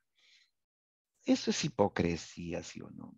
¿De qué vale que se golpee el pecho, que rece un montón y en la práctica sea un hombre pues despreciable, que hace daño, que hace el mal a su prójimo, ¿no? Ya entonces a Ernesto no le cae este hombre. En él simboliza al hacendado que maltrata al indio, pues, ¿no? Ya, por eso que al conocer a este hacendado, a su tío abuelo, eso refuerza más que Ernesto se identifique con el mundo andino más que con el mundo occidental, ¿no? Claro, en cierto modo, este mundo de los hacendados, esta clase hacendada, representa al mundo occidental, pues, ¿no? Bien, otro personaje secundario es Antero. Antero, que será el único amigo de Ernesto en el colegio internado, el colegio religioso, ¿sí? Antero era hijo de un hacendado, pero él era, digamos, más buena gente, más pacífico, más amistoso. Le llaman Marcasca por los lunares que tenía en su rostro, ¿no? Él hace amistad con Ernesto, ¿ya? Él le va a regalar el Zumbayu a Ernesto, ¿no? O sea, nota ahí ya, pues se crea un lazo de amistad, ¿no? Ernesto se alegra muchísimo cuando Antero le regala el Zumbayu, ¿no? Y inician una buena amistad, ¿ya? Ahora, Antero se da cuenta que Ernesto, a él le gusta escribir, ¿no? Entonces le dice, oye, escribe una carta para una chica de la cual estoy enamorado, le dice, ¿no? Ya, pues entonces ahí comienza la amistad, pues, ¿no? Entonces Ernesto le escribe las cartas de amor, ¿no? Para que Antero se las mande a la chica, ¿no? Y así Antero termina también regalándole el Zumbayu, ¿no? Entonces se hacen amigos, ¿no? ¿Ya? Pero hay un problema. Antero, que al comienzo era su mejor amigo, después se comienza a juntar ya más con los hijos de hacendados, ¿ya? Que a Ernesto no le caen, ¿no? Entonces Antero termina poniéndose del lado de los hijos de hacendados y eso genera pues de que haya un distanciamiento entre Ernesto y Antero. Finalmente ya se vuelve antagónico, contrario a Ernesto, ¿no? Porque prefiere, ¿no? Seguir, ¿no? Seguir el modo de vivir y de actuar de los hijos de hacendados, ¿no? O sea, a diferencia de Ernesto, que termina identificándose con el mundo andino, con los indígenas, Antero terminará identificándose más con el mundo occidental, ¿no? Bien, y tenemos también personajes incidentales, personajes que aparecen poco o muy poco, pero que tienen un rol, ¿no? Un rol específico en la obra, ¿no? ¿No? Entonces tenemos ahí, por ejemplo, a los colonos. Se menciona a los colonos. Los colonos son los indígenas que trabajan en las haciendas, son los sirvientes. También le llaman pongos, ¿no? ¿Ya? Los sirvientes, por ejemplo, que aparecen en la hacienda de Patibamba o la hacienda del Viejo, ¿no? En el Cusco, ¿no? ¿Sí? Los colonos aparecen así fugazmente, por momentos se les menciona como personajes que están oprimidos, que son víctimas de abusos, de injusticias por parte de sus patrones, ¿no? De sus patrones, ¿no? Y son víctimas también de la peste, ¿no? Aparecen como víctimas de la peste al final de la novela, ¿no? Otro personaje incidental es Alcira. Alcira es una chica amiga de Salvinia. Salvinia es la chica de la cual Antero está enamorado.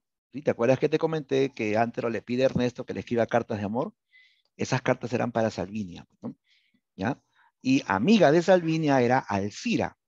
Ernesto se siente atraído por esta chica porque le recuerda a una niña que él conoció antes, de la cual también vivió enamorado, ¿no?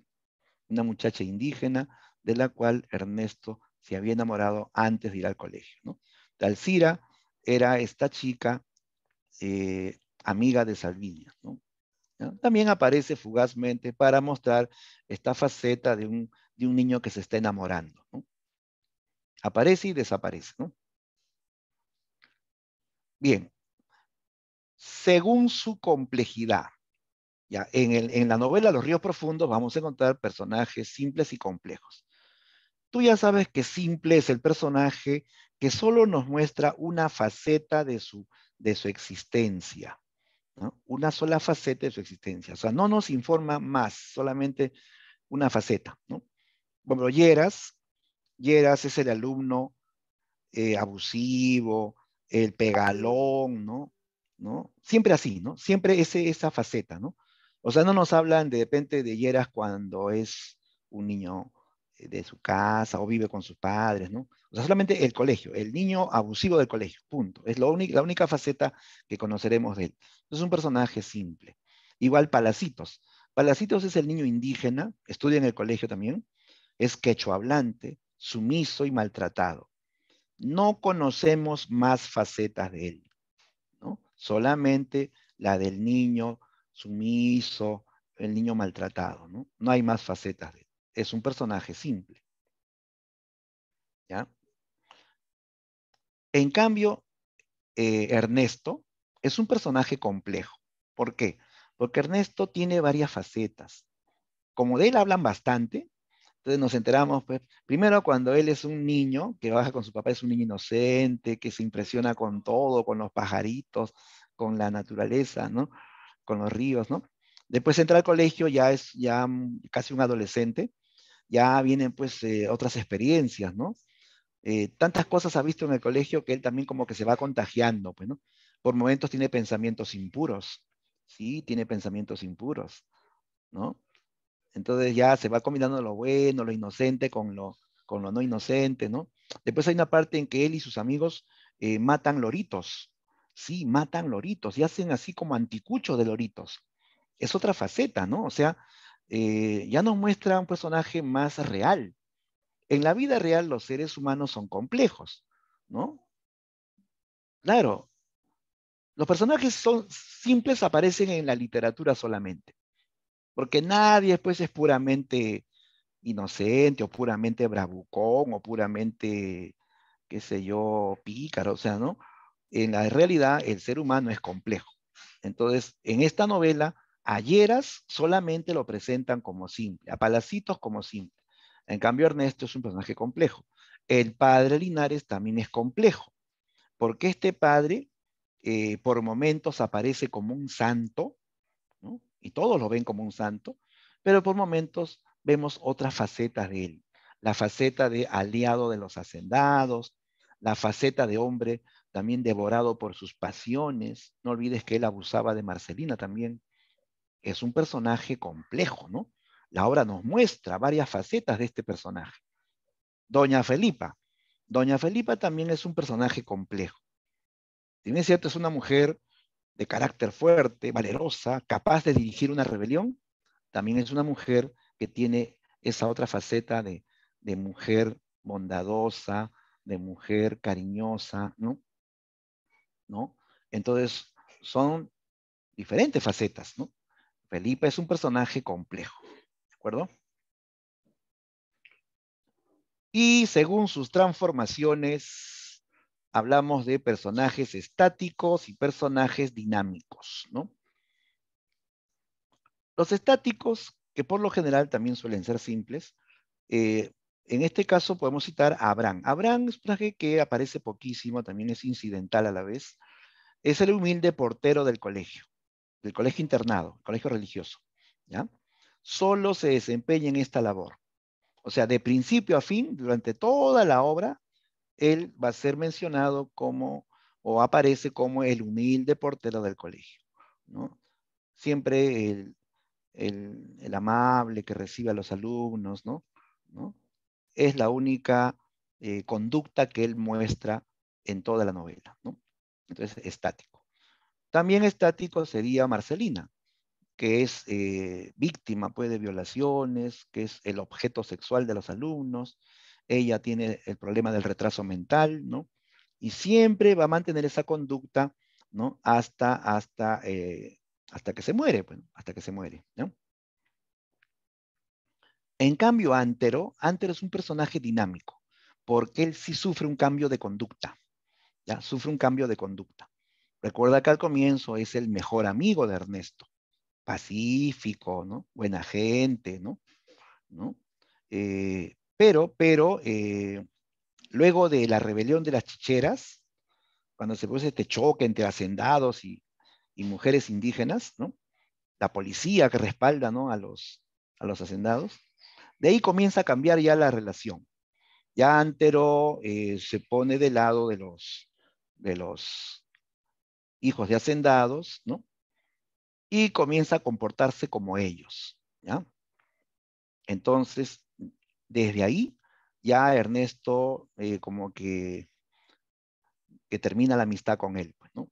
¿Sí? Antero ha cambiado, ¿no? De ser un muchacho pacífico, muchacho que en cierto modo comprendía a Ernesto, pasa a un cambio de conducta contrario, ¿no? A ser pues como se comportaban los hijos de los hacendados, más interesados, más creído, más prepotente, ¿no? Incluso ahora se pone de galán, ¿no? Ahora dice que él, como es el más, puede conquistar a todas las chicas de Abancay, ¿no? ¿No? Entonces se nota que ha habido un cambio en su conducta, ¿no? Entonces un personaje dinámico, ¿listo? Muy bien. Bien, no sé si hay preguntas, chicos, alguna pregunta hasta aquí, porque ya vamos a revisar la práctica, ¿no? ¿Sí? Antes que no dé la hora.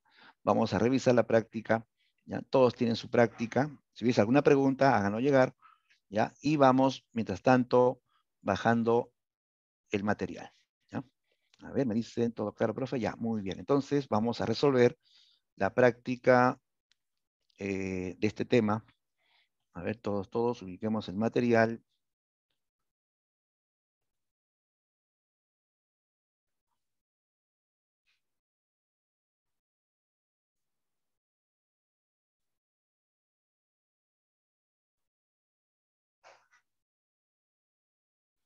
Ahí está, práctica 11.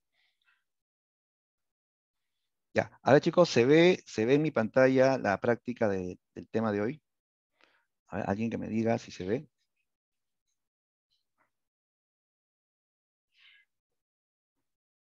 Sí, profesor. Ya, muy bien. Ya, chicos, a ver, vamos revisando la primera pregunta. Tiene 4 enunciados. Verifica lo correcto sobre José María Arguedas, ¿ya?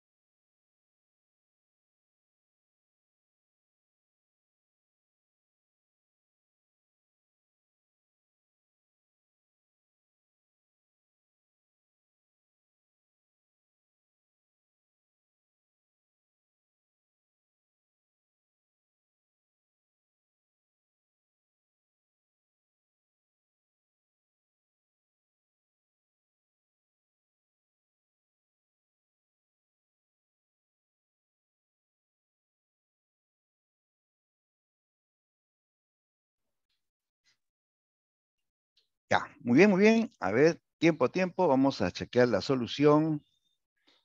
A ver, ya me han dado algunas claves. Veamos. Vamos a ver si hemos acertado. Veamos. Dice, el autor produjo solo obras de género narrativo. Narrativos son novelas, cuentos, ¿no? Es falso, porque ya sabemos que Arguedas también hizo poesía en quechua, ¿sí? Luego tiene ensayos también, ¿no? Aparte de narrativa, y escribió poesía, ensayos, y hasta tiene música, también es arte, ¿no? Escribe canciones en quechua, ¿no? Esto es falso. 2. Guarmacuyay es un relato corto neo-indigenista. Guarmacuya recuerda que es un cuento que está dentro de su primer libro titulado Agua, y su primer libro todavía pues es indigenista, no es neoindigenista, ¿ya? Es un relato corto, sí, pero no es neoindigenista, es indigenista tradicional. Agua es un conjunto de cuentos indigenistas. Eso sí está bien, es correcto. Catatay es poesía en quechua publicada póstumamente. Es cierto, esto se publicó después de la muerte del autor, es póstumo. Muy bien, clave, 3 y 4. Ajá, muy bien, así, correcto, dijiste la D, perfecto, esa es la clave 1D. A ver, vamos a marcar. ¿Dónde está el marcador?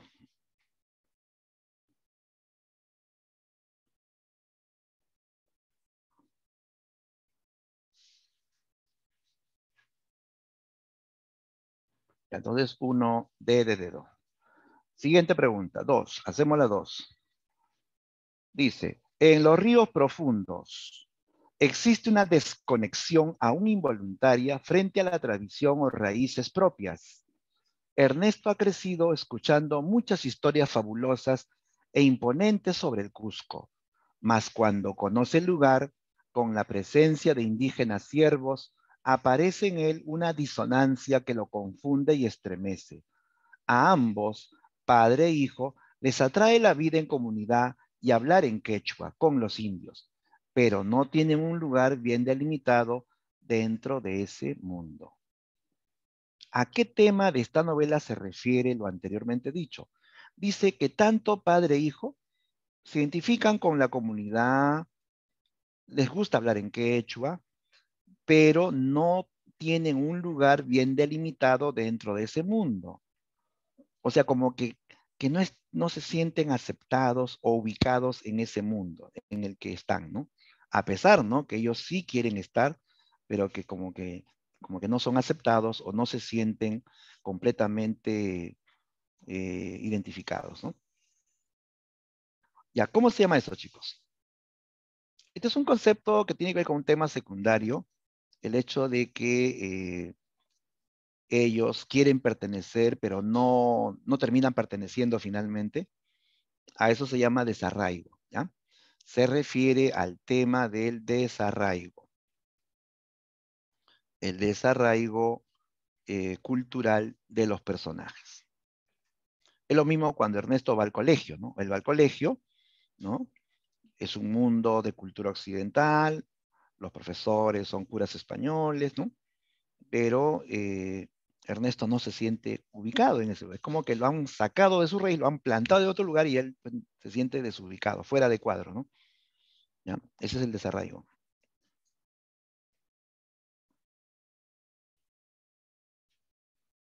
Y no solamente es con el mundo occidental, también es con el mundo indígena. O sea, él también quiere pertenecer al mundo indígena, pero los indígenas no lo aceptan completamente, porque no es indígena. Entonces, ese es el problema, el desarraigo. ¿A qué mundo pertenezco, no? 3.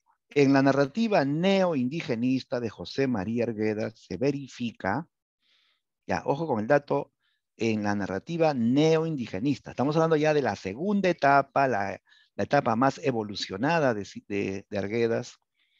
A ver, se verifica. Lucha del hombre contra la naturaleza, pensamiento mítico del hombre andino, el tema del delito en el mundo andino, la actitud racista frente al indígena. ¿Cuál es, ah? Al toque, chicos. ¿Cuál es la respuesta? Claro, bien, Eric, correcto, Cristín. La clave es el pensamiento mítico del hombre andino. ¿Sí? Allí se incluye estas creencias, mitos, el animismo o el teísmo también del hombre andino. ¿Ya? Correcto, clave B. 4. Marque la alternativa que contiene un tema importante de la novela Los ríos profundos. Un tema importante.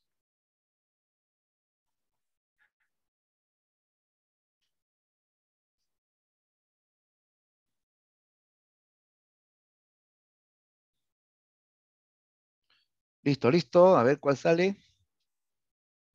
La D, claro que es la D, ¿no? El tema principal, bueno, la identificación del niño narrador con el mundo andino. Esa es la clave. 5. Ya, este es un fragmento de la novela Los Ríos Profundos. A ver, fíjate lo que pide. ¿Ah? Dice, con respecto al argumento de la novela Los Ríos Profundos de Arguedas, marque la alternativa que completa la siguiente afirmación. En el fragmento citado, la voz principal de la protesta corresponde, o sea, ¿quién está protestando, no? Ya, a ver, vamos a leer. Dice, está en quechua, ¿no? Manan kunan kamayan suaraku decía. O sea, traducido, no, solo hasta hoy robaron la sal. Hoy vamos a expulsar de Abancay a todos los ladrones. Gritad, mujeres, gritad fuerte, que lo oiga el mundo entero, morirán los ladrones. Las mujeres gritaron, Kunanmi, Suakuna, Huanyunkaku, o sea, hoy van a morir los ladrones.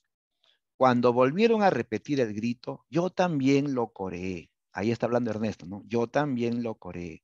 El Marcasca me miró asombrado, o sea, Antero, ¿no? Me miró asombrado. Oye, Ernesto, ¿qué te pasa? Me dijo. ¿A quién odias? A los sanideros ladrones, pues, le contestó una de las mujeres. Ya, aquí nota cómo hay frases en quechua y luego lo traduce, lo que te decía, pues, hace un rato en las características, ¿no? Ya, entonces, dice, en el fragmento citado, la voz principal de la protesta corresponde. ¿Quién es el que está gritando así estas voces en quechua?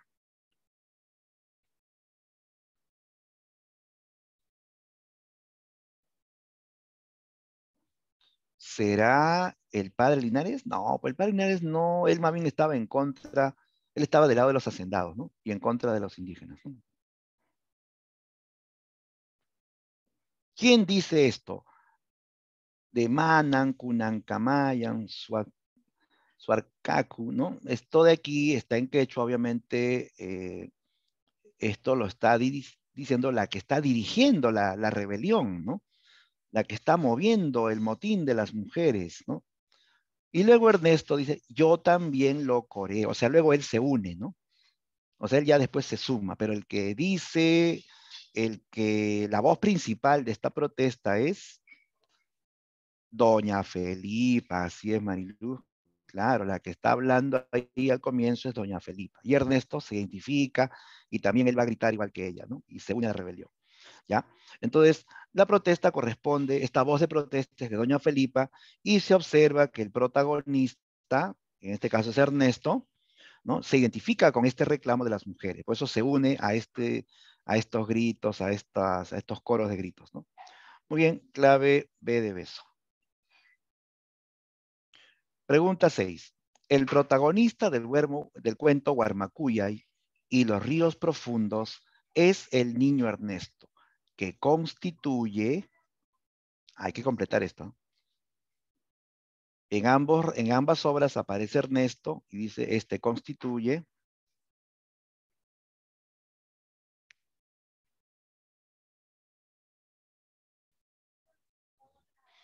A ver, ¿qué marcamos, chicos? ¿Mestizo alienado por la cultura occidental?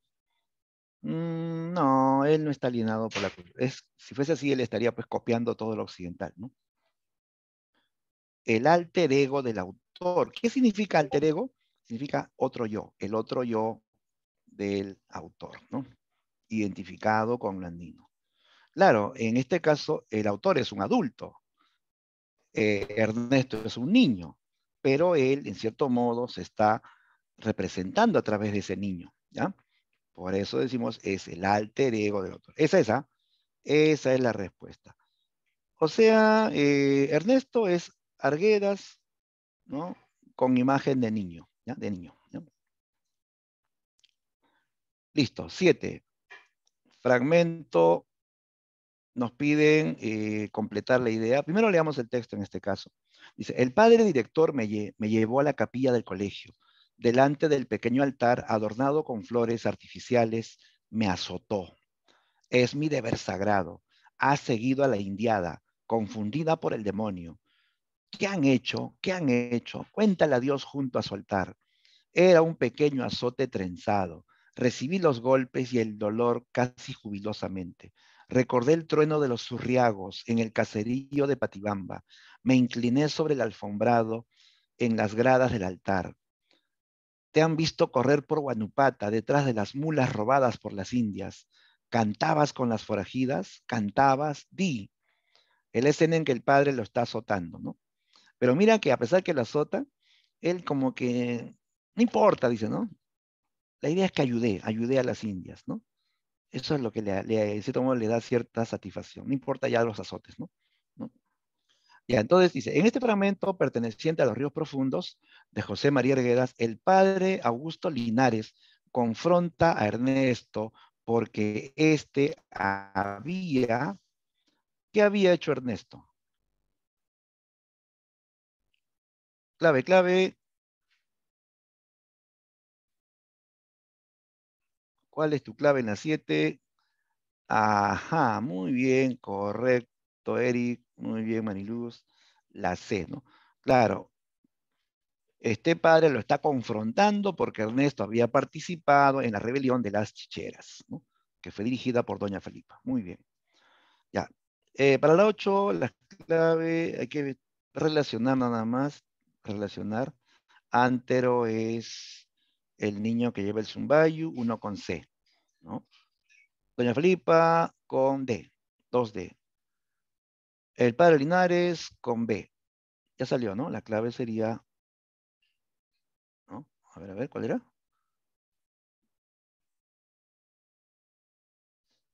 La D, ¿no? Sale la D. ¿Ya? Listo. 8 dedos. La 9. Respecto al argumento de los ríos profundos, indique la afirmación correcta. Ya, en esta pregunta, la única correcta es la C. Ernesto se identifica con la cosmovisión andina y con la naturaleza. Obvio.